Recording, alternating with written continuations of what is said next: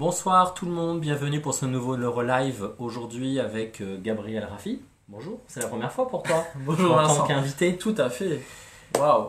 Merci, donc vous êtes connectés sur Instagram en bas, Facebook en haut, n'hésitez pas à commenter sur la thématique d'aujourd'hui. Essayez de pas trop partir dans des trucs qui seraient en dehors de la thématique, sinon ça va être très frustrant pour Gabriel et pour vous d'avoir une réponse peu détaillée. Ce soir, le bilan neuropsychologique. Ouais, exactement. Voilà, Thématique de ce soir, le bilan neuropsy. Qui est une très grande demande de manière générale et qui est un peu peut-être le noyau dur de ta pratique. C'est vrai, c'est vrai, c'est vrai. On commence ? Allez, c'est parti. Alors, déjà, tout bête, qu'est-ce que c'est que le bilan neuropsy ?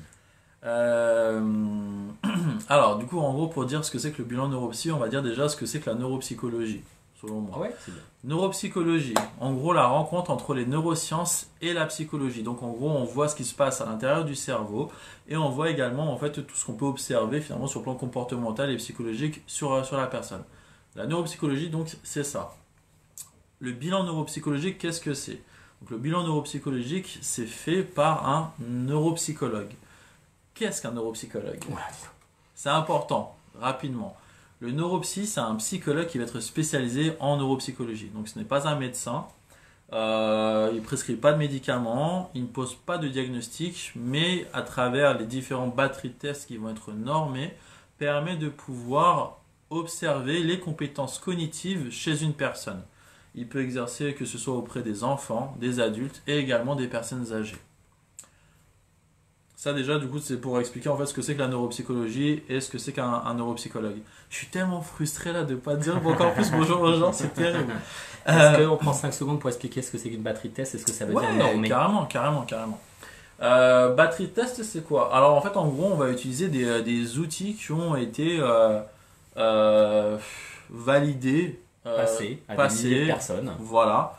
Donc en gros, en fait, on obtient des échantillons de personnes qui vont servir de normes pour voir comparativement. Donc en gros, lorsqu'on va faire un bilan, on va voir comparativement par rapport à la tranche d'âge, par rapport à la norme, où se situe la personne, indépendamment des attentes des parents ou de l'entourage et indépendamment du niveau d'exigence de l'environnement, que ce soit au travail ou que ce soit à l'école. Le tout, c'est de voir comparativement à une même tranche d'âge où se situe la personne. Est-ce qu'elle est dans la norme ? Est-ce qu'elle est au-dessus ? Est-ce qu'elle est en dessous ? Et même là, du coup, il y a différents niveaux.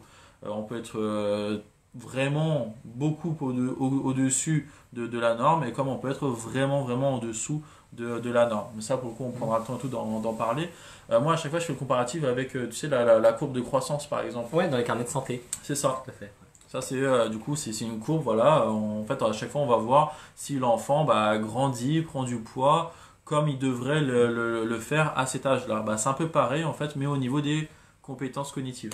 D'accord. En quoi c'est différent, finalement, d'un... Parce que le bilan psy, moi, je l'ai appris aussi à la fac. Sauf que moi, j'ai appris le bilan psy, c'est-à-dire, on a un patient qui a une pathologie mentale et on va essayer de comprendre quelle est la pathologie mentale. C'est-à-dire qu'on vise le diagnostic. Toi, tu es dans un bilan neuropsy. Ça va être quoi la différence ? Le bilan neuropsy, est-ce que ça te va du coup si par exemple je dis généralement en fait qui est à l'origine de la demande et du coup en fait on comprend le pourquoi le bilan neuropsy est fait. À ta sauce. Ouais, ça marche. Le Neurolive est une tribune ouverte. Tout à fait. D'ailleurs du coup donc là c'est super et tout, on voit donc là les gens qui sont en train de se connecter sur Instagram. Je reprends vite mon rôle de... c'est super, n'hésitez pas en fait à poser vos questions, c'est ce que Vincent de toute façon allait dire. Pareil sur Facebook. Donc là, les gens tous vont se connecter également sur Facebook. N'hésitez pas à partager en live et poser vos questions directement en live. Et comme ça, moi, je me ferai un plaisir de pouvoir y répondre. Et si jamais il y a des questions pour Vincent, à ce moment-là, il se fera aussi un plaisir de strictement répondre. rien à dire ce soir. Alors, le bilan neuropsy. On travaille quand même ensemble. Qu'est-ce à dire ? Le bilan neuropsy. Tout le monde peut être à l'origine d'un bilan. Si là, de nouveau, en fait, on fait un comparatif, il n'y a pas besoin en fait, de présenter un problème. Je fais exprès, je généralise, pour faire un bilan neuropsy. C'est comme un bilan sanguin. Moi, si je vais là demain, je vais faire un bilan sanguin. Ok, je vais voir ce que j'ai dans tel taux de tel truc dans le sang, sans forcément en fait avoir de problème. Maintenant, oui, la plupart des gens qui vont faire un bilan sanguin, c'est parce qu'on se pose des questions sur est-ce qu'il y a ou pas quelque chose qui poserait problème. Le bilan neuropsy, c'est un peu préparé. Donc, même s'il n'y a pas besoin en fait absolument de présenter un problème de façon générale pour faire un bilan neuropsy, généralement, on va faire un bilan neuropsy lorsqu'on s'interroge sur le fonctionnement cognitif, intellectuel, voire même général d'une personne. Pourquoi je dis général? C'est parce qu'après, éventuellement, il pourrait y avoir des liens entre un mode de fonctionnement cognitif et des particularités sur le plan comportemental, émotionnel ou psychologique. Donc tout le monde peut être finalement en fait à l'origine de la demande d'un bilan neuropsy. Maintenant, par exemple, moi dans ma pratique, la plupart du temps, soit ce sont des médecins qui vont demander à ce qu'il y ait un bilan neuropsy qui soit fait pour justement pouvoir après derrière poser le diagnostic, parce que donc en gros le bilan mettra en avant telle ou telle compétence et du coup après derrière pourront poser un diagnostic. Ou alors c'est l'école qui va être à l'origine de la demande, parce que justement l'enseignant a observé des particularités dans la façon de faire de l'enfant, donc s'interroge sur les compétences de l'enfant et donc voudrait qu'un bilan soit fait. Parfois, ce sont les autres professionnels qui demandent à ce qu'un bilan soit fait. Exemple, l'enfant est suivi en orthophonie, l'enfant est suivi en psychomote, en ergo, en psycho. Et donc, on s'interroge sur, par exemple, les capacités attentionnelles de l'enfant. Donc, on va demander à ce qu'un bilan attentionnel soit fait. Ou alors, c'est tout simplement l'entourage. Typiquement, les parents d'un enfant, en fait, qui vont demander à ce qu'un bilan soit fait parce qu'ils se posent des questions sur le développement de l'enfant. Ou alors, par exemple, pour les personnes âgées, on s'inquiète un peu sur comment nos parents vieillissent et donc s'ils sont en train ou pas de rentrer malheureusement vers une courbe plutôt dans ce sens-là. Et donc à ce moment-là, en fait, peut-être ils souhaiteraient justement qu'un bilan soit fait. Donc, ça c'est bien parce qu'on a tendance dans le NeuroLife depuis 2 ou 3 ans à beaucoup axer sur les enfants, les adolescents. Moi j'ai apporté un peu plus le côté psychiatrique adulte, mais on a aussi les personnes âgées bien sûr, qui peuvent avoir des démences, des Parkinson, des Alzheimer. Et ça aussi c'est le boulot d'un neuropsy. Ah ça c'est carrément le boulot d'un neuropsy. C'est carrément le boulot d'un neuropsy. C'est qu'un neurologue, quand il a une personne âgée, il va plutôt envoyer chez un neuropsy pour les tests. À 100%. Parce que les neurologues ne les font pas les tests. À 100%.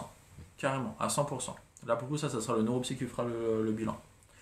Maintenant, du coup, donc ça, c'est qui donc finalement peut être à l'origine de la demande pour un bilan. Maintenant, en fait, comment se présente un bilan? Alors, avant qu'on parle de la façon dont se présente le bilan, c'est quoi? Je veux dire, tu viens de parler des médecins, tu viens de parler des confrères, tu viens de parler des enseignants. Quelles sont les choses quand un confrère, qu'est-ce qui va grosso modo repérer le confrère? Alors, après, je parle un peu de ce que je vois moi et parfois je le réoriente vers toi. Mais en gros, quand un confrère t'envoie un patient, c'est quoi les 3-4 demandes qu'il a eues? À chaque fois qu'un enseignant demande un bilan psy, c'est quoi les 2-3 trucs qu'il a repérés en classe? Et quand c'est les parents, c'est quoi les 2-3 trucs en gros? C'est une excellente question. Je t'en prie. Franchement, je crois que 3/4 des observations, ça va être au niveau de la concentration. À chaque fois, ça va être je remarque que telle personne. Bon, moi, j'exerce quand même principalement chez les enfants et les ados. Donc l'enfant présente des difficultés sur le plan attentionnel. L'enfant a du mal à se concentrer. Donc en fait on va se poser des questions sur est-ce que oui ou non il y aurait éventuellement un trouble du déficit attentionnel ou est-ce qu'éventuellement il y aurait une autre difficulté qui amènerait à ce que l'enfant présente des difficultés et des variations sur les capacités attentionnelles. Donc soit il a un problème d'attention, soit il a quelque chose qui a un effet domino sur l'attention. Et oui, okay. Et là en effet, toi avec tes tests, tu vas pouvoir arriver à savoir petit 1 si c'est vrai, et petit 2 si c'est le premier voire le second. Oui. Ce qu'un psychologue, un médecin ou un enseignant n'est pas capable de faire. Non. Parce qu'on n'a pas les outils pour pouvoir discriminer. On n'a pas les outils, mais après, par contre, vu qu'on travaille ensemble, on va voir en fait ensemble si oui ou non, éventuellement, il n'y aurait pas la sphère psy qui rentrera en jeu sur les capacités cognitives d'une personne. Sauf que là, le travail de psychologue s'arrête au fait que moi, c'est bien pour ça que je t'envoie des gens et que tu me les réorientes après, je n'ai pas la capacité, même avec le meilleur entretien de l'univers, à savoir si c'est la poule ou l'œuf. Ouais. Et c'est là où les neuropsys sont quand même super importants parce que nous, on n'a pas les outils. Enfin, on les a appris il y a bien longtemps, mais on ne les a pas appris avec autant de finesse et de charisme que les neuropsychologues. D'où le fait que justement, en fait, chacun d'entre nous, on communique un maximum quand même entre nous pour voir un peu qui a observé quoi chez le patient. Donc problème d'attention, problème qui va avoir un effet domino sur l'attention, quoi d'autre tu as comme demande? Le comportement. Un comportement inadapté. Un enfant qui refuse de respecter le cadre. Un enfant qui teste toujours les limites. Un enfant qui refuse de faire les devoirs systématiquement, avec qui c'est conflictuel. Un enfant qui va par exemple se mettre en danger. Un enfant qui va très vite dans sa façon de fonctionner et qui du coup en fait on s'interroge un peu sur justement quel est son mode de fonctionnement. Pareil, en fait on va faire un bilan neuropsy. pour voir si derrière il n'y aurait pas une particularité sur le plan cognitif. C'est-à-dire que toi, avec tes tests, qui sont donc standardisés, c'est-à-dire qui ont été passés sur des milliers de personnes par tranche d'âge, 0,5 ans, 5 ans, 8 ans, 8 ans, 11 ans, donc c'est très précis en termes d'âge Oui. avec l'emploi C'est même tous les statistique et 3 tout. mois. Ouais. Homme-femme, c'est différent aussi de mémoire. Tu vas arriver à savoir Ça dépend des si tests. la difficulté qu'a un enfant à travailler, c'est de l'impulsivité qui vient du cerveau, ou de l'impulsivité due au manque de limite de l'éducation, ou s'il a peut-être un déficit, et attention, hyperactivité derrière, ou c'est une certaine forme d'autisme, etc. Ouais. Tu arrives à discriminer ces différences-là grâce au test. Ouais. D'accord. Aussi, Donc, par l'intérêt. exemple, justement, effectivement, en fait, si il y a un trouble des apprentissages, bah, il faudrait que le trouble des apprentissages soit mis en avant. Parce qu'un enfant qui refuse de faire les devoirs, il faut comprendre pourquoi il ne veut pas faire les devoirs. Alors, on peut bien comprendre que pour certains enfants, ça soit difficilement justement compréhensible qu'en plus de l'école, il faille encore travailler alors qu'on est à la maison. Mais il faut comprendre le pourquoi l'enfant refuse de réussir à mettre en avant en fait ses compétences alors qu'on lui offre la possibilité de pouvoir justement se sentir valorisé. Parce qu'un enfant, normalement, par définition, on l'avait déjà dit, hein, mais il a envie de rendre fier ses parents, il a envie de rendre fier les enseignants, il a envie d'être fier lui-même de ce qu'il est capable de faire, il a envie de montrer aux autres tout ce qu'il est capable de faire, à ses camarades de classe. Donc s'il ne le fait pas, C'est qu'il y a un souci. c'est qu'il y a un souci.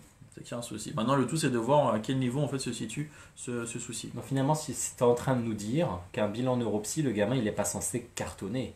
C'est qu'en fait, c'est quasiment une prise de sang. On est en train d'observer ce qui est on est en train de prendre une photo. Ouais. C'est comme un ornithologue, il se cache derrière un fourré et il prend des photos C'est d'oiseaux. exactement ça. Donc là, le but, on n'est pas dans l'enfant doit réussir, c'est l'enfant. Quand il se plante, justement, c'est une fenêtre ouverte pour découvrir la maladie qui est derrière. Alors, ou le problème qui est derrière. Ça, ou alors l'enfant, effectivement, il n'est pas du tout obligé d'exceller dans ses scores lorsqu'il fait un bilan. Parce que la norme, exemple, c'est, je sais pas moi, il y a un exercice, il y a 10 questions. Peut-être que la norme, c'est de faire 3 erreurs sur ces 10 questions. Donc en fait, c'est pas du tout un échec si l'enfant en fait, a fait 3 erreurs. C'est juste qu'il est dans la norme et c'est très bien. Ça suit un développement tout à fait normal. S'il en fait 6, bon là du coup peut-être qu'on se pose des questions. Et s'il ne fait aucune erreur, peut-être que là aussi en fait il va y avoir une particularité. Donc la norme c'est vraiment de faire exemple 3 erreurs. Je donne un exemple, c'est pas vrai mais c'est juste en fait pour que les gens comprennent. Et tu as employé le terme de prendre une photo, c'est exactement ça. Faire un bilan, en gros c'est donner une photographie du fonctionnement cognitif d'une personne à un instant T. Voir où sont ses points forts, où sont ses points faibles. D'accord, donc du coup maintenant tu parlais des batteries de tests. Comment ils ont été construits? Parce que quand il y a un enfant qui vient devant toi, vu qu'il peut avoir un déficit de l'attention, ou de l'hyperactivité, ou une forme d'autisme, ou un problème d'impulsivité, ou un problème de ce que tu veux, ça veut dire que toi quand tu ouvres ta mallette, tu vas avoir une tripotée de tests pour être sûr de pouvoir tout diagnostiquer. Il faut que chacun des problèmes soit mis au test. C'est une autre excellente question. Donc ça veut dire que ta batterie de test elle est forcément un peu composite. Alors tout dépend après des batteries de test. Hein. Tu vas avoir des batteries de test qui sont assez complètes, puis tu en as d'autres où finalement on va utiliser vraiment juste un subtest par-ci par-là parce que c'est juste ce subtest là en fait qui va être. Et toi comment tu fais pour choisir du coup? Tu as l'enfant ou la personne âgée qui arrive devant toi ou l'adulte. Comment tu vas faire? Qu'est-ce que tu vas faire? Tu vas choisir cette mallette plutôt que cette mallette. Parce que en fait c'est des mallettes. Et en fait, au final, ça c'est une fois qu'on aura fait l'entretien d'anamnèse, donc le premier rendez-vous, on va voir ensemble quel test il va falloir utiliser. D'accord, donc tu as quand même un entretien d'1 heure, 1 heure et demie, parfois plus, où tu juste pour essayer de comprendre un peu le souci, pour pouvoir toi choisir dans ton grimoire. Présentons justement, est-ce que c'est que comment ça se présente un bilan neuropsy. Donc la demande elle peut venir de n'importe qui finalement. Non mais c'est Damien. Ouais, t'as vu? Ouais. On en prendra un paquet de 12. En gros, comment se présente un bilan neuropsy? Donc la demande elle peut venir de la part de n'importe qui. Médecin, autres professionnels, l'entourage, le patient lui-même, patient adulte qui se pose des questions sur son mode de fonctionnement et qui du coup franchit le pas et veut faire un bilan. Ok. Il vient en consultation. Il y a un premier rendez-vous. Damien, je vais même pas lire tes commentaires. Donc il y a un premier rendez-vous. C'est l'entretien d'anamnèse. L'entretien d'anamnèse, ça sert à quoi? Ça dure à peu près 1 heure. Je viens de voir. Pour les gens de Facebook, sachez que du coup, il y a sur Instagram, il y a des gens qui mettent n'importe quoi. L'entretien donc dure à peu près 1 heure. C'est l'entretien d'anamnèse. On revient sur le parcours et le développement de la personne. Lorsqu'on dit parcours et développement, c'est qu'en gros, on va parler de scolarité. On va parler du comportement, la sphère psychologique, émotionnel, les interactions sociales, L'ambiance familiale. tout. Attends, regarde pas. Non, ouais, je regarde même pas d'ailleurs. Pour voir un petit peu justement quelle est la plainte finalement chez la personne. Qu'est-ce qu'il en est au niveau des apprentissages? Est-ce qu'il y a eu des facilités? Est-ce que la personne finalement non a appris dans la norme? Exemple, je sais pas moi, rentrer dans la lecture vers l'âge de 6 ans, ou alors est-ce que non, la personne lisait déjà avant, ou en tout cas voulait lire avant l'âge de 6 ans? Est-ce que l'enfant se pose des questions existentielles? Est-ce que l'enfant, justement, a des difficultés au niveau de l'écriture? Bref, on retrace vraiment le parcours, le développement de la personne, de la petite enfance, voire même, en fait, finalement, de la grossesse, jusqu'à aujourd'hui. Comme ça, déjà, en fait, on a le retour des parents. Et on a également, donc, le retour aussi de l'enfant par rapport à la conscience de ces plus ou moins difficultés. À savoir que généralement en tout cas moi c'est ma façon de faire, lorsque j'ai un ado en face de moi pour la première fois, je reçois d'abord l'ado et ensuite je vois les parents. Parce que je veux surtout pas que les parents maladroitement, en tout cas, disent certaines choses qui vont bloquer l'ado ou qui vont faire croire à l'ado Tu fais de ton mieux. que Hein. moi, Voilà, tu fais ça, de ton mieux. Hein. ou que par exemple l'ado en fait pense que l'adulte qu'il a en face de lui va noter des mauvaises choses et où elle est là et tout pour l'embêter. Donc je préfère d'abord voir l'ado et puis après ensuite je vois les parents. Sinon lorsque c'est un enfant, bon bah voilà, je vois les deux en même temps. Donc on revient sur le parcours et le développement de la personne. Si l'enfant a déjà fait par exemple différents bilans, à ce moment-là, moi je prends connaissance donc des différents bilans qui ont été faits jusqu'à maintenant en lisant les comptes rendus et en lisant donc les conclusions pour voir un peu si déjà oui ou non il y aurait eu des particularités qui auraient été mis en avant. Ensuite, on va voir ensemble donc qu'est-ce qu'il est possible de faire. Alors pour chaque fonction cognitive, il va exister on va dire des batteries de tests. Chaque fonction cognitive, c'est-à-dire la mémoire, La l'attention. mémoire, l'attention, ce qu'on appelle les fonctions exécutives, donc en gros la planification, la mémoire de travail, la flexibilité, l'inhibition, le fameux test de QI, donc l'efficience intellectuelle, les praxis, le visio-spatial. Pour tout ça, en fait, donc c'est possible de pouvoir évaluer. Et donc en gros, il va exister donc soit différentes batteries de tests, ou alors différents subtests, en tout cas qui permettent, donc les subtests ce sont les exercices au sein des batteries de tests, qui permettent de pouvoir évaluer les compétences de la personne par rapport à une norme. Donc encore une fois, ça c'est super intéressant quand même, indépendamment des observations des parents, indépendamment du niveau d'exigence de l'école. Le tout c'est de voir encore une fois, comparativement à la norme, où se situe la personne. Donc on va voir ensemble donc qu'est-ce qu'il faudrait en fait mettre en avant ou pas. Donc qu'est-ce qu'il faudrait finalement en fait évaluer, donc quelle batterie de test il va falloir utiliser. À savoir que le neuropsy, tu vas en avoir dans les hôpitaux, tu vas en avoir dans les structures, tu vas également donc en avoir en ville, donc en libéral. Lorsque c'est en libéral, c'est payant. Et c'est généralement assez onéreux, normalement, pour un bilan. Grosso modo, parce que autant parler aussi des choses qui pourraient fâcher, on va dire toute ville confondue, toute région confondue, tout ce que vous voulez, pour un bilan, on va dire minimum, on est à peu près à 200 euros, pour maximum 1000 euros pour un bilan. D'accord? Vraiment, j'ai fait une grosse fourchette là, mais c'est pour dire un peu en fait ce qu'on peut retrouver comme tarif. C'est très très important que le praticien il prenne le temps de justement revenir sur le parcours et le développement de la personne. On en avait déjà parlé, hein, mais ce travail d'investigation est fondamental parce qu'en fait s'il n'est pas bien fait, bah, le neuropsy, et je le dis moi-même parce que vraiment moi mon intérêt justement c'est les familles, il va vous dire ah bah autant faire un bilan complet.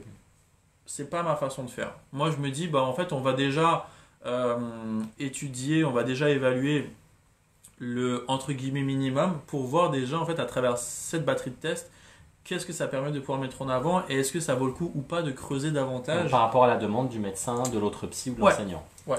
Ah mais moi même si un médecin en fait va dire il faut faire un bilan complet, ça dépend.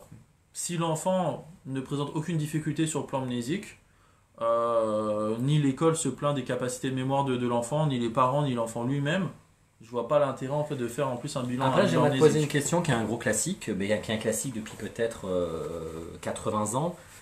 Ouais, mais qu'est-ce qu'on évalue? On évalue forcément le niveau d'éducation à l'école. Est-ce que le gamin il a bien appris ses fables de La Fontaine? Est-ce qu'il a bien fait ses exercices de maths? Il y a toujours eu ce débat à l'université, mais aussi dans les forums, que la notion de quotient intellectuel ou la notion de test est débile. Parce que si tu as été bien scolarisé et tu as eu des bons enseignants, tu auras forcément un résultat différent. Et donc là, je t'ouvre la voie. c'est qu'en neuropsychologie, on ne travaille pas sur le niveau d'instruction d'un enfant, Non. on analyse la capacité des neurones. Ouais. Donc on analyse une fonction biologique, Oui. pas le rendu scolaire. Oui. Vas-y, je te passe la main si tu peux nous expliquer un petit peu ça. En gros, l'enfant, il peut avoir 18 de moyenne dans toutes les matières. C'est pas pour autant en fait qu'il va réussir le bilan neuropsy. Et inversement. Et c'est en ça finalement en fait que ça va devenir super intéressant. Parce que typiquement, moi je vais avoir des enfants qui vont avoir. Ils sont dans de très très bons établissements. Les pauvres, ils travaillent 2 heures par jour en plus des devoirs. Et ils ont à peu près 10, 11 de moyenne. Donc en fait, si on s'appuie que sur ça, on va avoir l'impression que l'enfant présente vraiment des difficultés.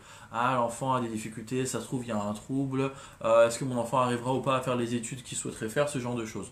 On fait un bilan, en fait, on se rend compte que non, l'enfant, par rapport à la norme, il est très bien, voire même parfois, en fait, il est même, par exemple, dans la moyenne haute des enfants de son âge. Donc en soi, c'est l'école qui est peut-être un petit peu trop exigeante et qui... on va dire, à une autre façon de faire que l'enfant, en tout cas que ce mode de fonctionnement-là de l'enfant, sans qu'il y ait de particularité. Et c'est en ça où, encore une fois, du coup, ça va devenir très très intéressant. Le bilan, de toute façon, peu importe l'âge, que ce soit pour les enfants, les ados, les adultes, à mon sens, il va y avoir vraiment 2 avantages. De un, si par exemple, on met en avant des difficultés. Ok, bon bah du coup en fait on a vraiment ciblé, cerné les difficultés et donc on sait finalement en fait sur quoi il va falloir travailler et on arrête de culpabiliser par rapport à mince, l'enfant il a 8 sur 20 alors que pourtant il travaille, ce genre de choses. On sait que non, c'est involontaire, l'enfant ne fait pas exprès, il a des difficultés donc en fait on va travailler sur ça. Premier avantage. Deuxième avantage, bah, si à l'inverse justement il n'y a aucune difficulté, ok, pareil, on déculpabilise, on dédramatise la situation, on se dit non, tout va très bien au niveau du développement cognitif de l'enfant. Donc finalement, s'il y a un travail à faire, c'est sur autre chose il va falloir faire le travail. Peut-être c'est sur l'estime de soi, peut-être c'est sur la gestion émotionnelle, peut-être que c'est l'école qui ne correspond pas à l'enfant. Il y a certaines écoles, par exemple, bah, ils mettent la pression de malade, c'est super strict, il y a un classement dès le plus jeune âge. Tous les enfants ne sont pas capables de pouvoir supporter cette pression-là. Donc il y a beaucoup d'enfants, ils vont avoir 8 ans, 9 ans, il y a encore de l'énurésie, ils font encore pipi au lit le soir. Ce n'est pas de la faute de l'enfant, c'est juste que bah, l'école en fait ne correspond pas à l'enfant. Et tout ça en fait c'est quand même important de pouvoir le dire. Maintenant, bon, je le dis quand même, le praticien il est là pour conseiller, pour apporter des préconisations. Les parents restent seuls décideurs de ce qu'ils veulent faire ou pas pour l'enfant. D'accord. Nous, on est là en fait pour dire, bah voilà, il y a ça qui ressort en fait du bilan. On essaie quand même du coup d'être assez convaincant lorsqu'on estime que bon bah pour le bien-être de l'enfant, il vaudrait mieux prendre telle ou telle décision. Maintenant, ce sont les parents qui décident. Donc ça veut dire, si on essaie un peu par rapport aux gens qui nous regardent, les gens qui nous regardent, ils ont souvent les émissions de télé, tu sais, entre le... Là, par exemple, il y a 6 mois, tu pouvais regarder le test d'intelligence pour devenir Miss France. Et tu pouvais calculer sur Facebook si tu aurais réussi, qui sont majoritairement des questions de culture générale. Quand tu regardes les émissions, je ne sais plus si c'est la 1 ou la 6, là, le grand QI français machin, où tu as plein d'artistes, ce sont que des questions de culture générale. Or, pour bien démystifier un peu le bilan psy, on n'est pas du tout dans des questions de culture générale. C'est que quelqu'un qui n'a jamais été scolarisé est capable de faire un bilan neuropsy. Est-ce que tu peux nous expliquer? Tu vas avoir des subtests. Alors, tu vas avoir... T'en as quasiment ouais, pas. ouais. Mais en gros, c'est quoi? Parce que moi, de peu que j'ai vu entre le Binois-Pichot, c'est ça, c'est Binois-Pichot sur le vocabulaire. Alors, et le PM38, par contre, les figures géométriques qui tournent. Ça, en gros, même si tu n'as jamais été scolarisé de ta vie, on peut quand même faire une radiographie quasiment de tes compétences cognitives. Oui. Même avec quelqu'un qui parle pas le français quasiment. Le bilan neuropsy, en fait, de toute façon, et c'est ça qui est intéressant, c'est que sous l'appellation bilan neuropsy, le bilan attentionnel, le test de QI, le bilan mnésique, tout ça, en fait, ça rentre sous l'appellation un bilan neuropsy. D'accord. La plupart du temps, en fait, ce qu'on va faire, lorsqu'en gros on veut résumer un peu c'est quoi un bilan neuropsy, sans trop rentrer dans les détails, justement, c'est en fait c'est le fameux test de QI. Le test de QI, vous ne le trouvez pas sur Internet. Lorsqu'en fait vous voyez sur Internet, il y a marqué test de QI, calculez votre QI, blablabla, c'est pas le test de QI. D'accord. C'est surtout de la culture G d'ailleurs. C'est de la culture G la plupart du temps. C'est vrai. Ouais. Alors qu'évidemment que le vrai test de QI ne se résume pas qu'à ça, ne se résume pas qu'à de la culture G. Je pense que ça serait intéressant de vraiment peut-être brièvement en fait, présenter en quoi ça consiste justement le test de QI aussi. Ouais. Bah tu vois, on a un truc sur le QI un jour, on a un autre neurolac sur le QI. Ah, on va le faire. Ouais, c'est prévu le neurolac spécifique sur le QI. Bon bah du coup on le fera la prochaine fois sur le test de QI. D'accord. On va le faire la prochaine fois. Peut-être du coup dire, alors donc en gros on avait parlé de l'entretien d'anamnèse, donc l'entretien d'anamnèse ça dure à peu près 1 heure 15. Il y a aussi du coup des questionnaires qui peuvent être remis aux parents, éventuellement aux enseignants par rapport donc justement à cet entretien d'anamnèse. Évidemment, normalement le praticien il s'appuie pas que sur les réponses, enfin en tout cas sur ce que les informations apportées à travers le questionnaire, parce que sinon, en tout cas ça c'est pareil, c'est ma façon de penser, ça peut être super évolutif. C'est sûr que si par exemple vous voyez un enfant qui est en pleine crise parce qu'il est en train d'exprimer un certain mal-être parce qu'en classe il n'arrive pas à écrire correctement et que du coup il souffre de ça, bah oui, il va être dans l'agitation. Oui, il va avoir un trouble du comportement éventuellement. Oui, il va avoir un comportement inadapté, il va vouloir s'isoler, il va avoir des difficultés sur le plan attentionnel.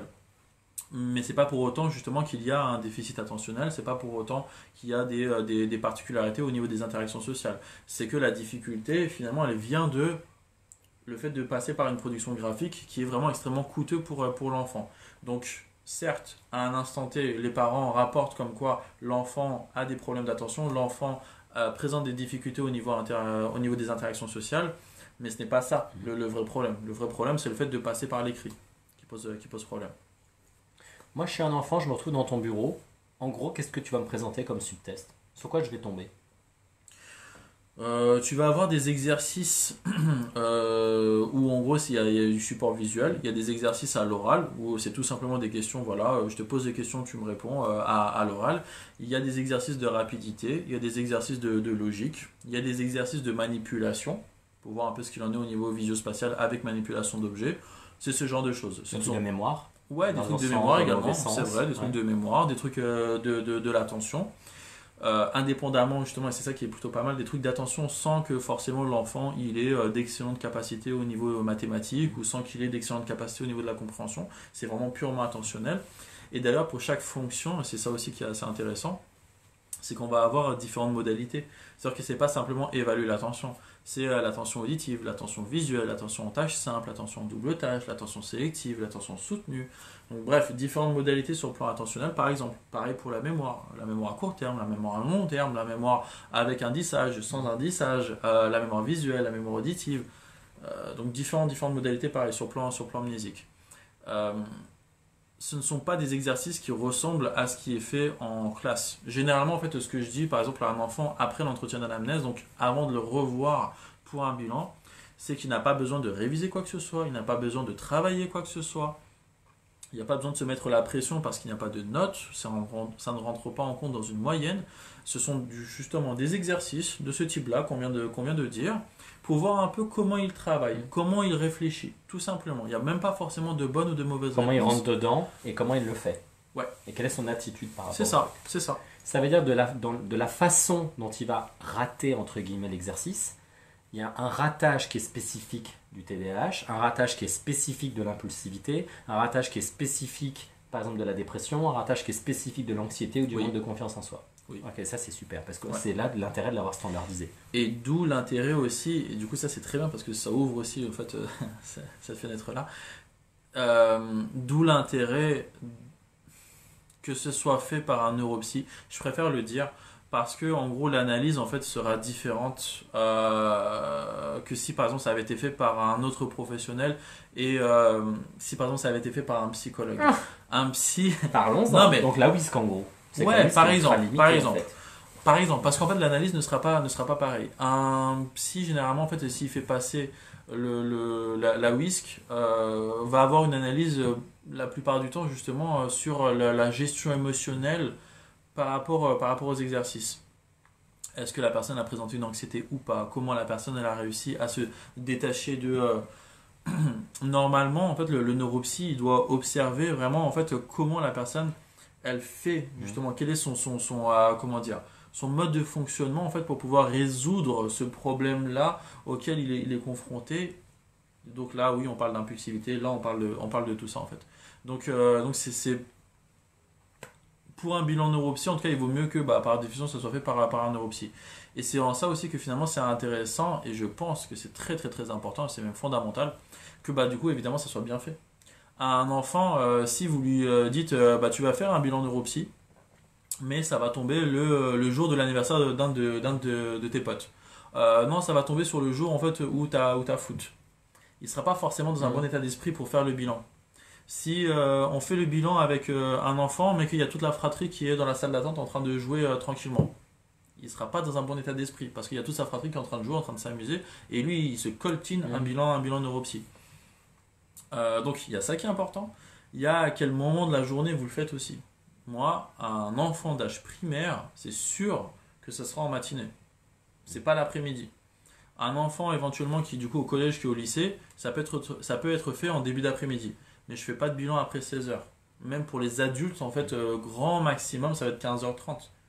Grand maximum. Parce que je vois pas je vois pas le sens en fait que ça a en fait d'évaluer une personne. Je veux dire, n'importe quel test, n'importe quelle évaluation, que ce soit durant notre scolarité, voire même les examens nationaux, les examens en fait reconnus par l'État, ne sont pas faits comme ça en fait en fin de journée. La plupart des examens, c'est toujours en matinée ou en début d'après-midi. Il n'y a aucun examen qui est fait à 18h. Donc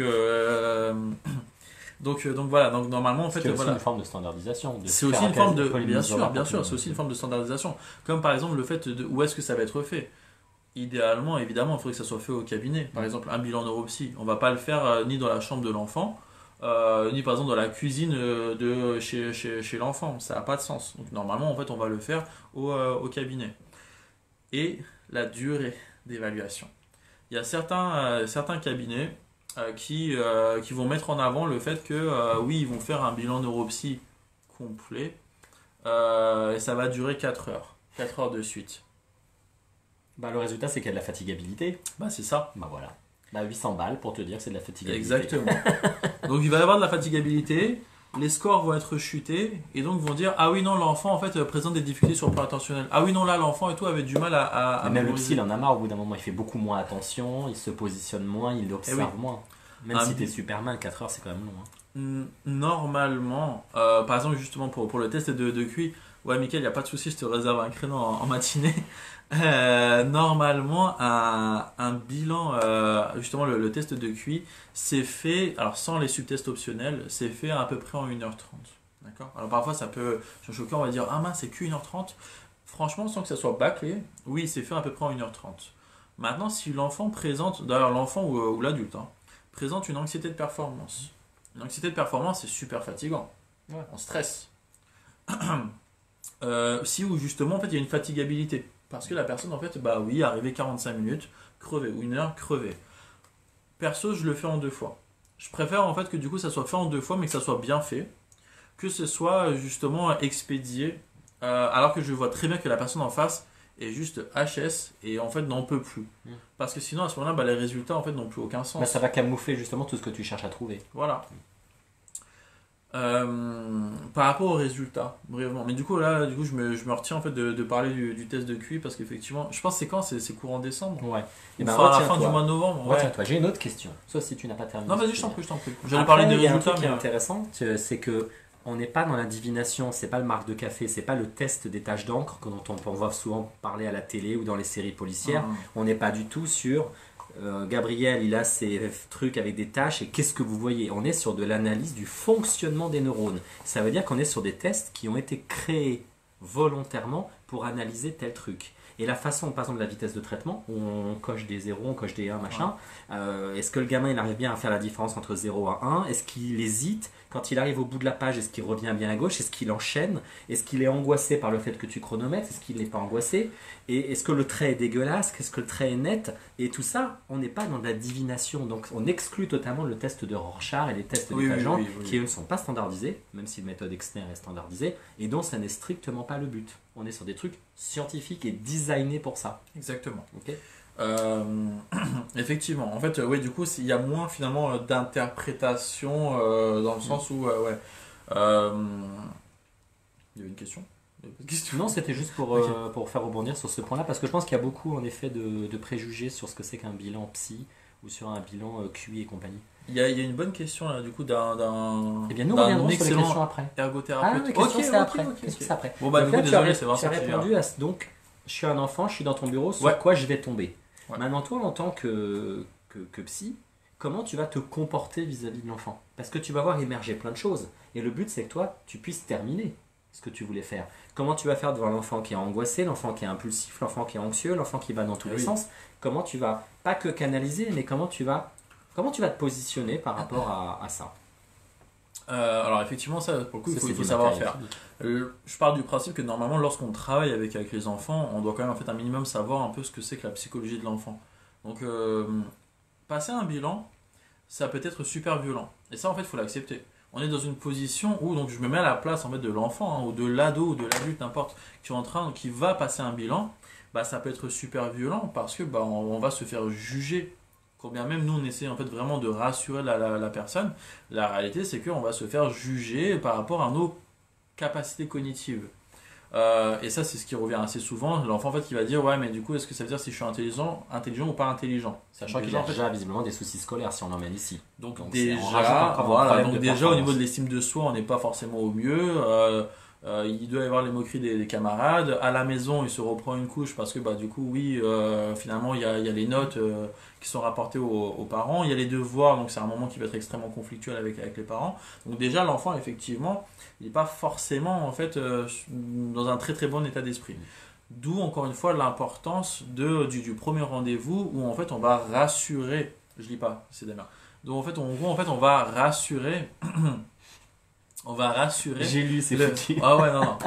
On va rassurer mais tu m'aides pas du tout, hein. Tu m'aides pas du tout. Eh, Damien, ça sera.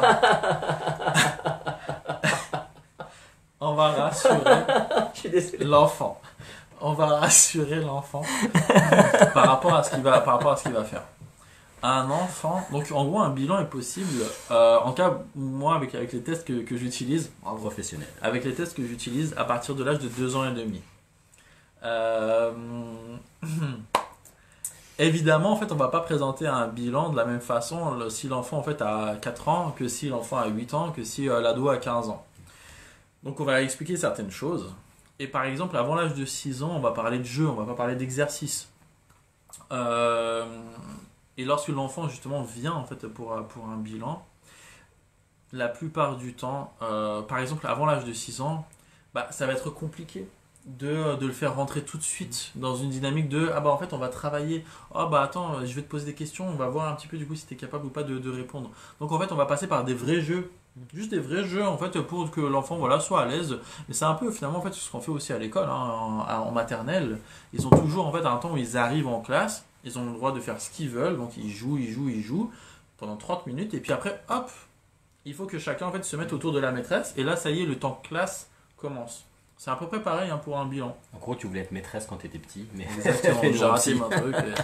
Non mais ça c'est super important. Pourquoi? Je vais dire ça en fait pourquoi? Parce que si par exemple l'enfant ou l'ado ou l'adulte encore une fois, bah, pendant le test, a des difficultés.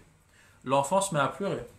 L'enfant n'y arrive pas et donc en fait est vraiment énervé et frustré, veut partir. L'adulte, il n'a pas envie d'être là. il n'a pas envie d'être là.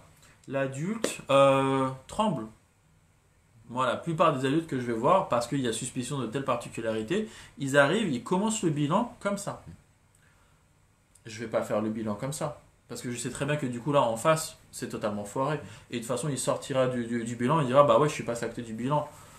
Donc t'es un peu la je suis dame pas au un laboratoire. je suis pas examinateur je suis pas moniteur d'auto-école.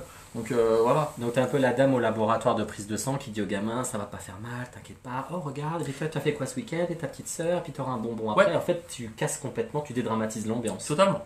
Ok. Ah mais à 200%. C'était quand? C'était justement par exemple le lundi dernier. Alors même si normalement à chaque fois ça se passe toujours super bien avec tous les enfants. Lundi dernier, la petite fille et tout, elle s'est mise à pleurer. En gros la maman en fait est partie. Donc après donc c'était à elle et tout de travailler. On allait commencer le bilan. Je commence à montrer le premier exercice. Et elle dit je veux ma maman et elle commence à pleurer.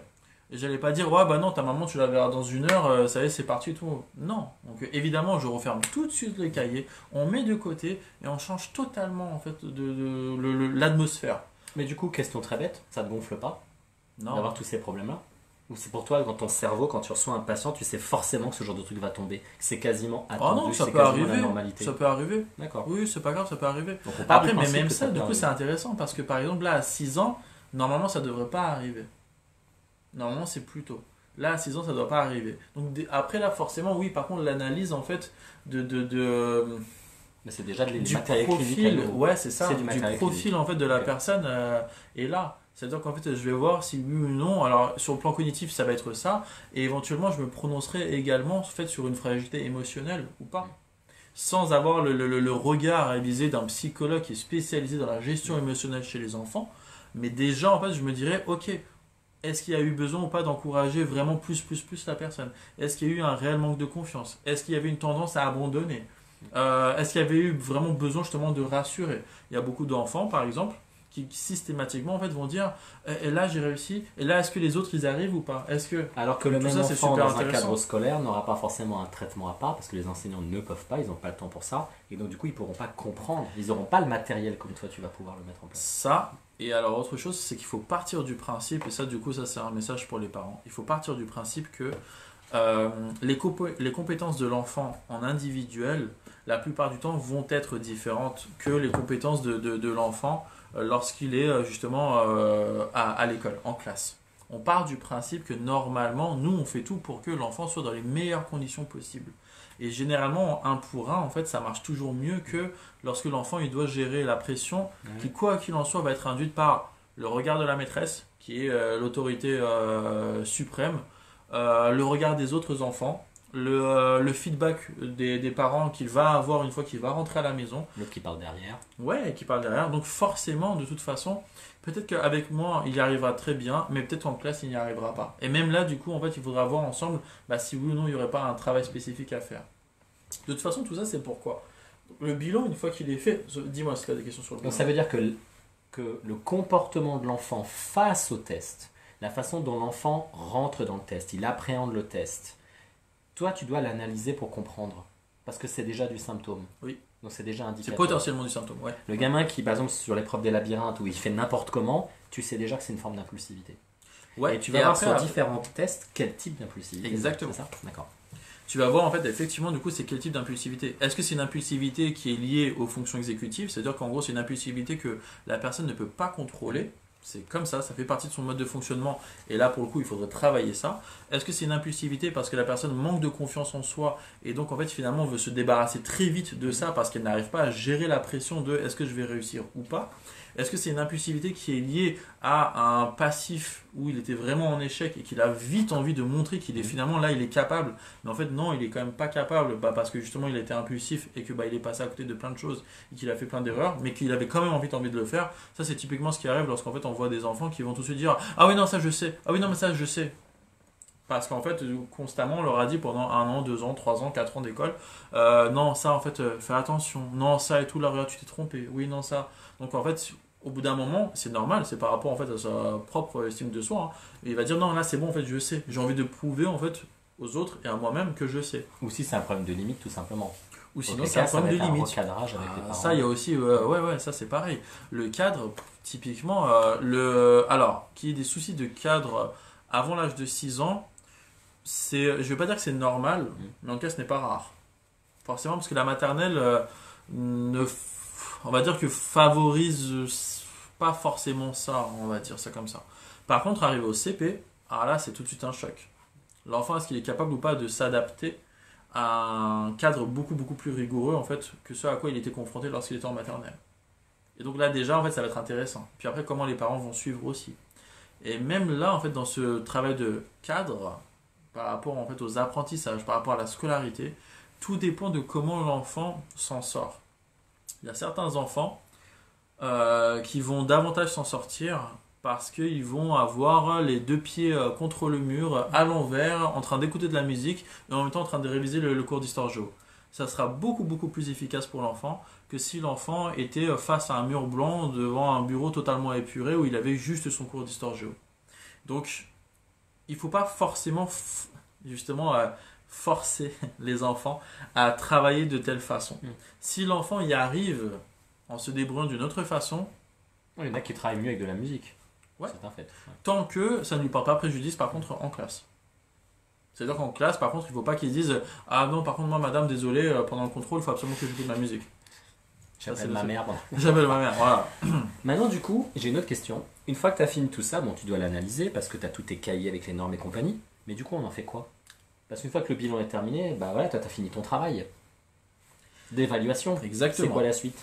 Donc, l'évaluation, une photographie des capacités cognitives d'une personne à un instant T. Ensuite, on va voir ensemble du coup ce qui ressort en fait de ce bilan. Soit, il nous reste à peu près 10 minutes, ouais.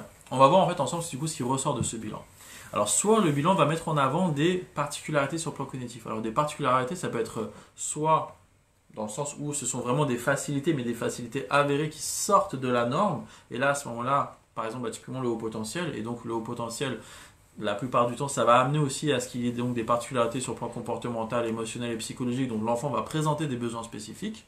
Et il va falloir réussir à répondre à ces besoins spécifiques. Ouais, mon grand, tu es tout desséché là. Il n'y a rien dedans. Tu apprends du thé. Voilà. Je sens qu'il y a une certaine fatigabilité là. C'est l'appel Est-ce du que tu vas Saigon. faire le poirier sur le mur et tout pour te concentrer. Laisser l'expert se Ou alors- réhydrater. C'est bon. Voilà, c'est une façon de meubler qui est remarquable. On enchaîne. Ou alors, le bilan mettra en avant justement des difficultés. Alors même là, en fait, c'est important de le souligner. On a chacun d'entre nous des points forts et des points faibles. On a tout à fait le droit d'avoir des points faibles. Bon, sauf toi qui n'as pas de points faibles. Mais on a chacun... Oui, j'ai anticipé. On a chacun d'entre nous le droit d'avoir des points forts et des points faibles sans qu'il y ait un déficit, sans qu'il y ait un trouble. Je prends l'exemple, je suis très bon pour mémoriser un texte, mais je ne sais pas faire le moonwalk. Ok, c'est pas grave. Ça peut être un point faible à un certain moment si on me demande de faire le moonwalk, mais c'est pas pour autant que du coup il y a un déficit là-dedans. Donc l'important ça va être de voir en fait où se situent ces difficultés. Est-ce qu'on est face en fait à des simples difficultés ou est-ce que non on est vraiment face à un déficit, face à un trouble? Et à ce moment-là, il faudra soit un bilan complémentaire auprès d'un praticien qui sera davantage spécialisé pour pouvoir évaluer de façon spécifique cette compétence, voilà, plus détaillée. Je donne juste l'exemple par exemple du langage. Si en gros il n'y a aucun problème dans n'importe quel domaine sauf au niveau du langage, typiquement il faut aller voir un orthophoniste. Parce que l'orthophoniste pourra proposer un bilan plus spécifique du langage oral écrit. Ou sinon, s'il n'y a pas besoin forcément d'un bilan complémentaire, à ce moment-là, il faudra peut-être en fait une prise en charge. Une prise en charge, et là pour le coup, il faudra voir quel type de prise en charge. Est-ce qu'il faudrait de la remédiation cognitive pour travailler donc en gros les capacités attentionnelles, les fonctions exécutives. Donc c'est les musclés quoi. Faire des exercices pour les muscler. Ce n'est ni plus ni moins que de la rééducation du cerveau. C'est exactement ça. Donc on part du principe que tout ce qu'un enfant peut avoir peut être rééduqué. Sauf si ça nécessite certains médicaments. Oui. Mais en gros, le but, on fait cette photo du cerveau pour pouvoir après entraîner une musculation avec des exercices. Ça, d'accord. Préconisation sur le plan scolaire, lorsque du coup il s'agit d'un enfant. C'est quoi les préconisations sur le plan scolaire? Justement, ce sont les différents plans d'accompagnement en fait, qu'on peut proposer pour que l'enfant évolue et travaille dans de meilleures conditions au sein de l'école.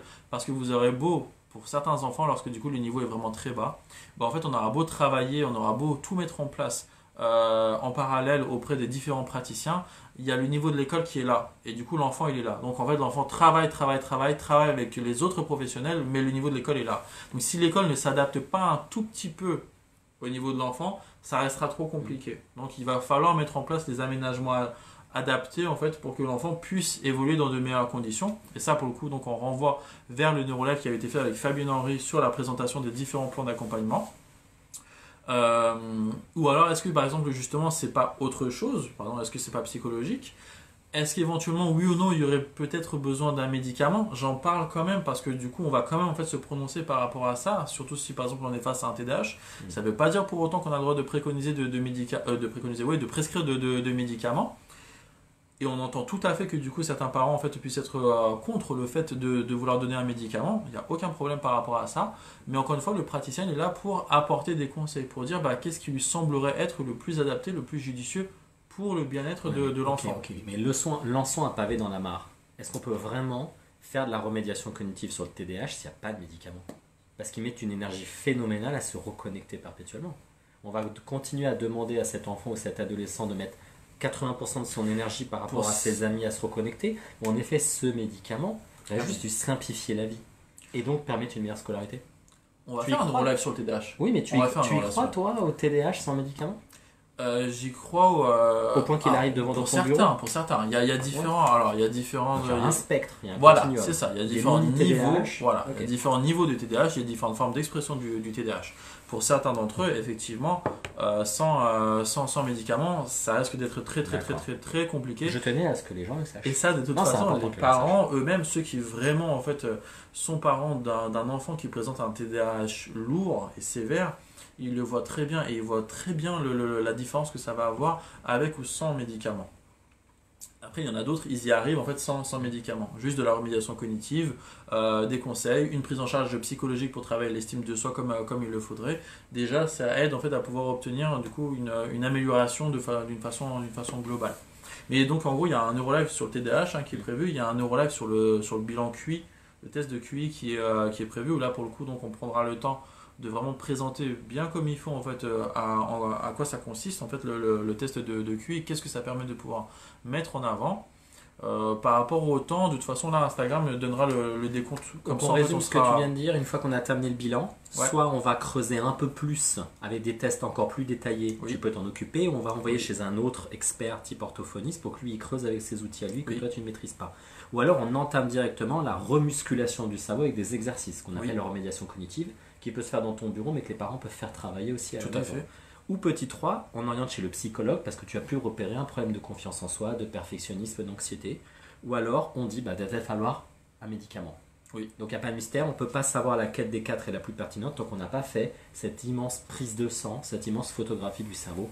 Merci les neuropsychologues. Par contre, je vais te Et- poser une question. Est-ce que tu peux en 30 secondes nous expliquer ce truc? Ça, c'est ce que je donne aux enfants lorsque, du coup, merci à mes parents qui, eux, se chargent en fait d'acheter ça. Bah, c'est un monoprix. Ah oui, ils en achètent en quantité. Non. Euh, en gros, en fait, les enfants, lorsque du coup ils viennent pour un bilan chez moi, ils repartent avec une médaille. Peu importe qu'ils aient réussi ou pas, c'est pas ça le problème. Le tout, c'est si l'enfant il a réussi en fait à rester motivé, à ne pas se décourager. Il a osé donner des réponses, même s'il n'était pas forcément sûr. Il ne s'est pas découragé. Il a montré qu'il était capable de pouvoir travailler. Il repart évidemment en fait avec une médaille. Parce qu'en fait, on va le valoriser, on va le féliciter. Et justement, autant profiter de ce temps-là que nous avons où finalement, il n'est pas en train de travailler avec ses parents, il n'est pas en train de travailler à l'école, mais il est quand même en train de travailler avec un adulte pour lui dire, bah voilà, cet adulte-là que tu as en face de toi, il est content de toi. Et donc, en fait, tu vas devoir travailler comme ça aussi à l'école. Parce que nous, on compte sur toi pour que tu fasses exactement la même chose à l'école et que tu fasses exactement la même chose à la maison. Encore une fois, le tout, c'est de faire comprendre à l'enfant, évidemment, mais ça, il faudrait faire un neurolive aussi sur la psychologie de l'enfant. Moi, je rêverais de ça, mais personne ne me propose de faire un neurolive là-dessus. Il faut faire comprendre à l'enfant qu'évidemment, on n'est pas là pour l'embêter. On est là justement en fait pour l'aider à ce que ça aille mieux, à faire en sorte que du coup l'école soit moins un problème. Bonjour Amika aussi. Que ce soit moins un problème, cette scolarité qui est évidemment la plupart du temps la période la plus difficile dans le développement, désolé, mais d'une personne. Parce que, bah. Quoi? Les questions. Ah, Ah ok, bah oui, vas-y, parce les que tu questions. pourras en les parler questions. pendant 15. Je te connais, hein, tu es capable de Ouais, parler pendant ouais, 15. je Vas-y, sais, je te je laisse sais. gérer avec tes gros doigts parce que moi j'ai des doigts trop Il y avait forts, une ça. question, Il y en a c'était en il y en a gros- déjà une là. Ah ouais? Ah, chaque chose. D'abord, on commence par le Par téléphone Facebook. duo parce qu'il y a 25 téléphones les uns sur les autres.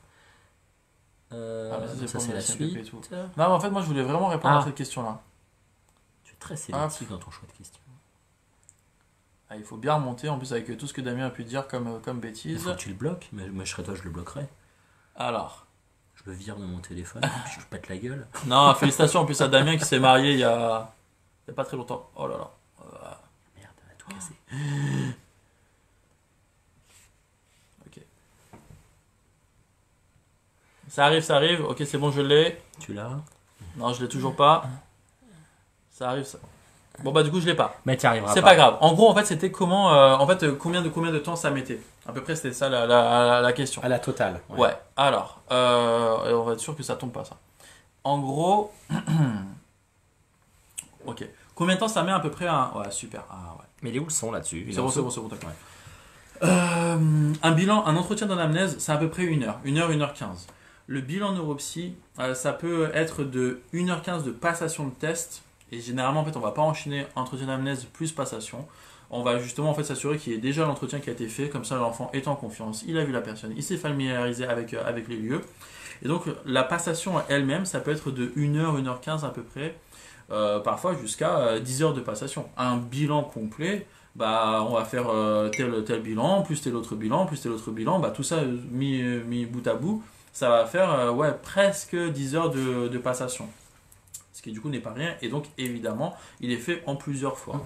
Moi par exemple pour ma part et tout, je vais faire à peu près, je vais bloquer des créneaux de 2 heures si je sais que je pars pour un bilan complet.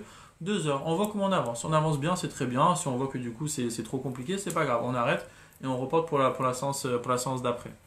Ensuite, généralement une fois que le bilan a été fait, donc il y a la restitution, il y a le rendez-vous de restitution. On revient avec les résultats. Donc on revient vers les parents lorsqu'il s'agit donc d'un bilan pour un enfant avec les résultats.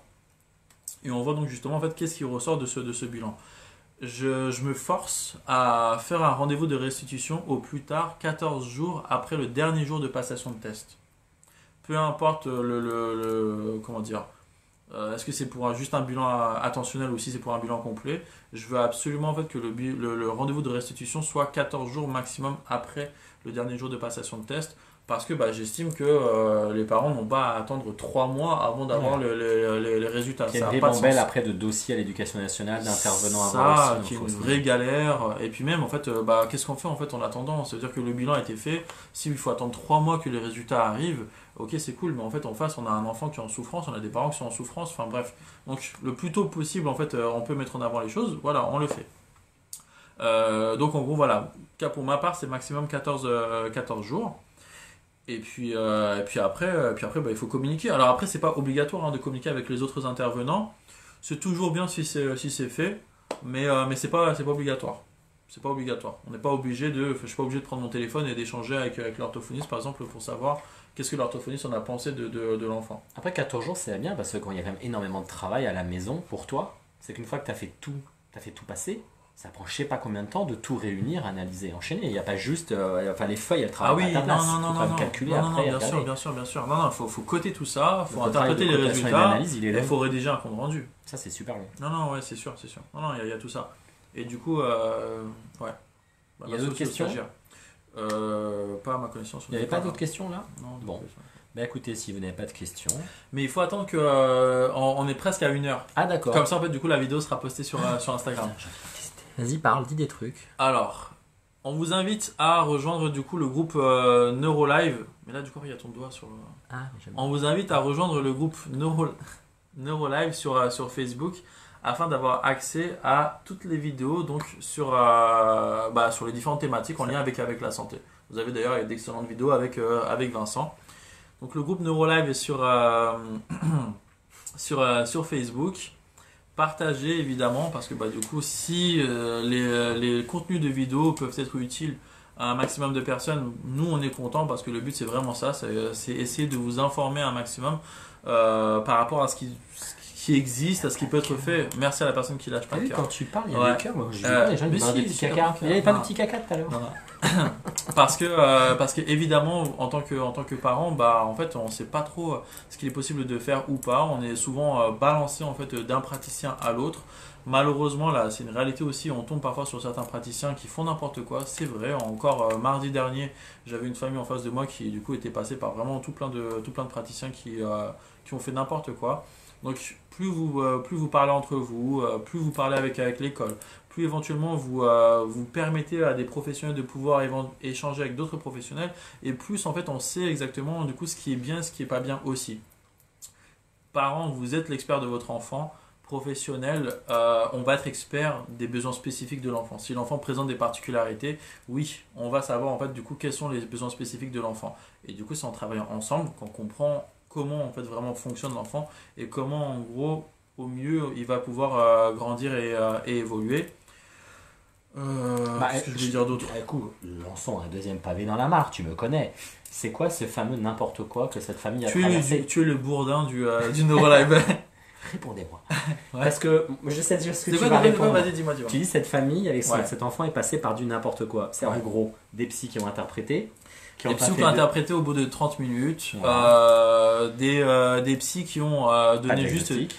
pas de diagnostic ou alors erreur de diagnostic. Des psys qui ont donné des questionnaires en fait aux parents et donc se sont appuyés juste sur les réponses des parents pour dire si l'enfant oui ou non présentait tel diagnostic.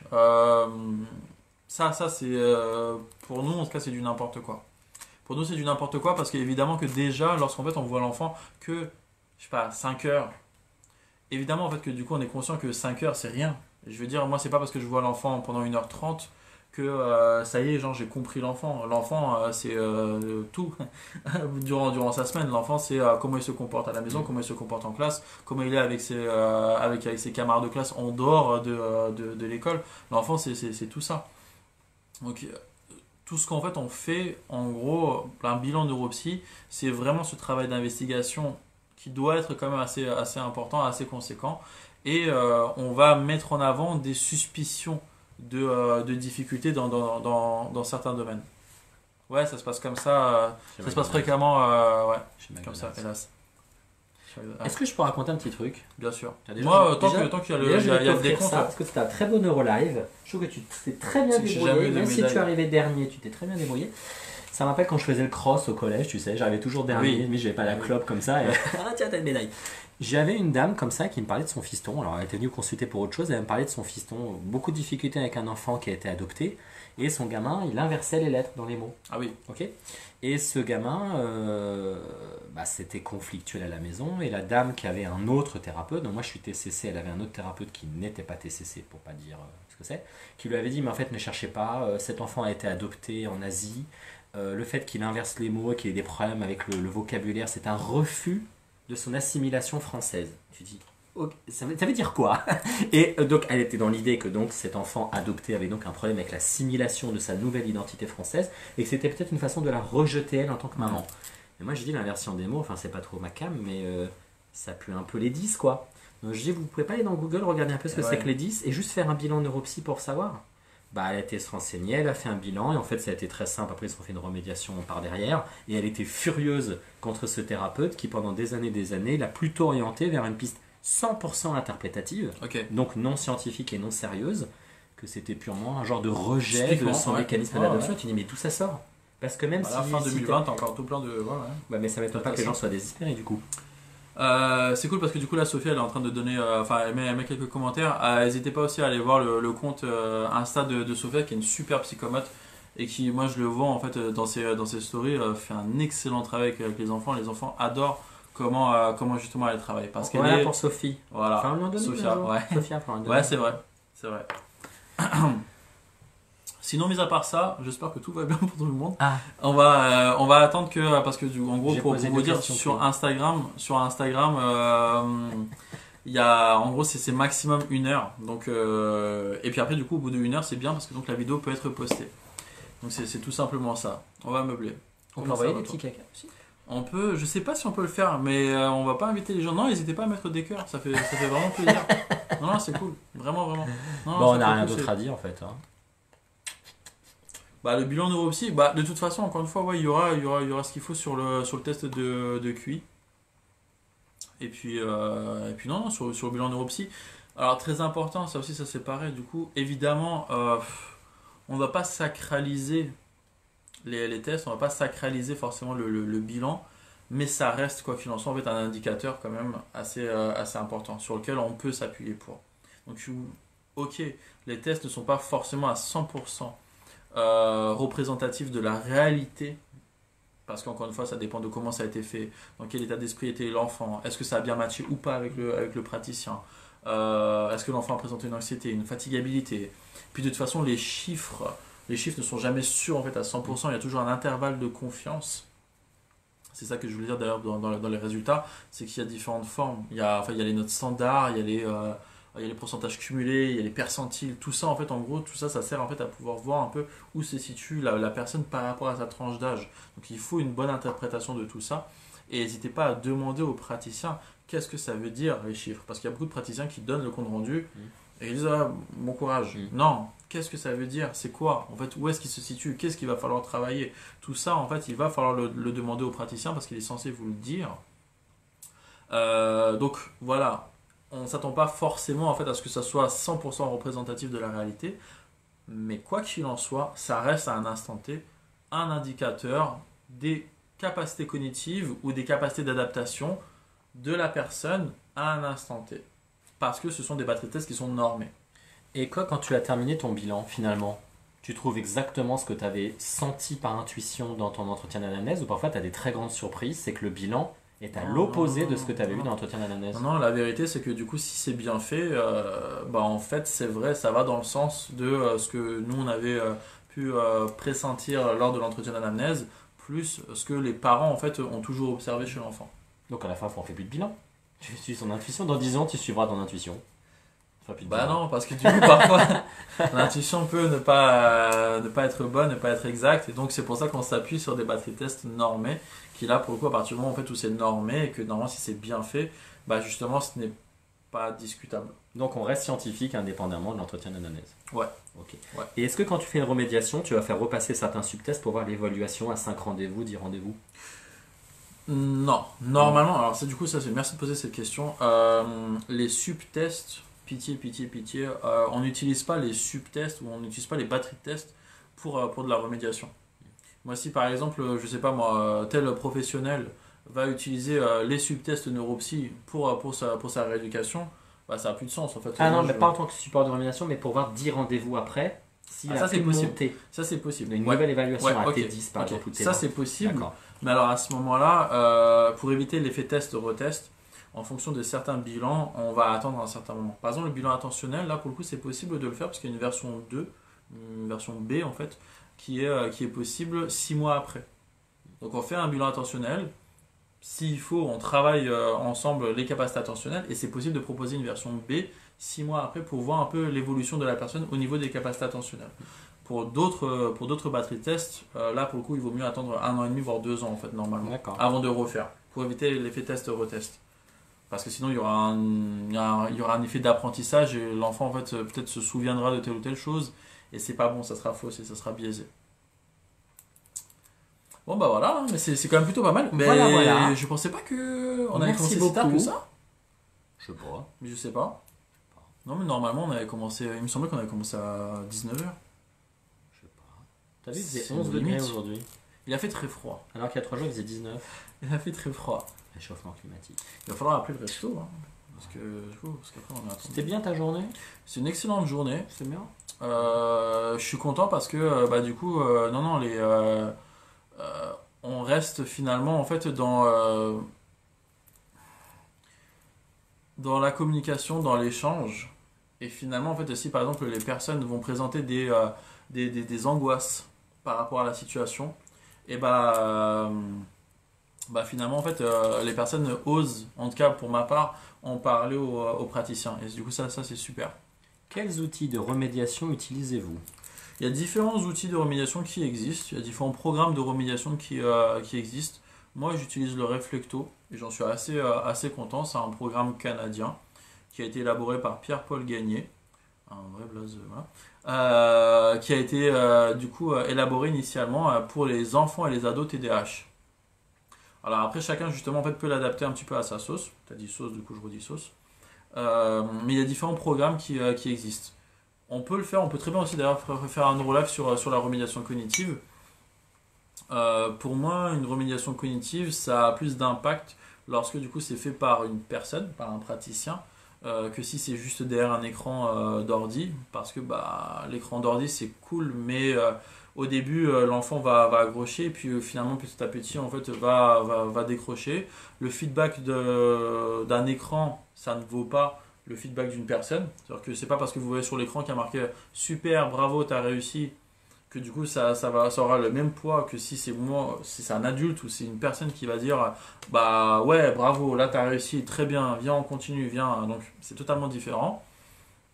Et puis aussi autre chose, c'est que le fait de travailler avec une personne, c'est plus proche de la réalité du quotidien en fait de la personne que juste l'ordinateur. L'ordinateur, il aura beau en fait exceller, je sais pas moi, à travers différents programmes de remédiation cognitive. En classe, c'est un maître ou une maîtresse que l'élève a devant lui. Ce sont des élèves, ce sont d'autres enfants, d'autres êtres humains que l'enfant a autour de lui. Donc, ce ne sont pas que des ordi. Donc c'est en ça que finalement les programmes de remédiation sur téléphone ou sur tablette ou ordi, c'est bien sur vraiment du court terme, mais il n'y a pas d'effet vraiment significatif sur du long terme. Et tu te rappelles du truc Kawamashi, je sais pas quoi, sur téléphone Oui, Nintendo, oui, là. oui, C'est oui. une forme de Ouais, remédiation ouais. cognitive pour toi? Oui. C'est de l'entraînement cérébral. Donc, est-ce qu'on peut dire C'est de que l'entraînement. Bah alors c'est très bien. C'est de l'entraînement cérébral. Ça permet probablement de développer telle ou telle compétence vraiment de façon ciblée dans certains domaines. Si ça amène à ce que la personne ait conscience de ce qu'elle est en train de travailler encore mieux, si ça amène à ce que du coup il y ait une hausse d'estime de soi encore mieux, mais tout ça généralement en fait ça va être contrôlé par quelqu'un, par un praticien. C'est comme, je sais pas, vous allez à la salle de sport, bon elles sont fermées, mais vous allez à la salle de sport. vous comptiez aller un Comptiez à la jour salle de à la sport. salle de sport? Ça nous arrange, nous les gourmands, en fait, que ça soit fermé. Ça va toujours être plus efficace de travailler avec un coach que de travailler tout seul dans son coin. Donc, lorsqu'on travaille dans son coin, on va se dire, ok, telle machine, bon, ça doit servir à travailler, ça. Oh, je regarde un peu la notice, ah, ok, ça va travailler tel muscle, bon, est-ce qu'on fait bien le mouvement, est-ce qu'on fait pas bien le mouvement, est-ce que du coup on va garder cette motivation de. Alors que lorsqu'il y a un coach, ah bah il y a un coach. Tu sais ce que tu vas travailler, il te fait prendre conscience de ce que tu es en train de travailler, il est là pour t'encourager, il est là pour voir tel objectif, éventuellement monter en objectif, donc vraiment tu sens et tu vois le côté, ah oui, non là vraiment je suis en train de progresser, donc c'est totalement différent, et je pense que c'est quand même mieux de travailler avec un coach.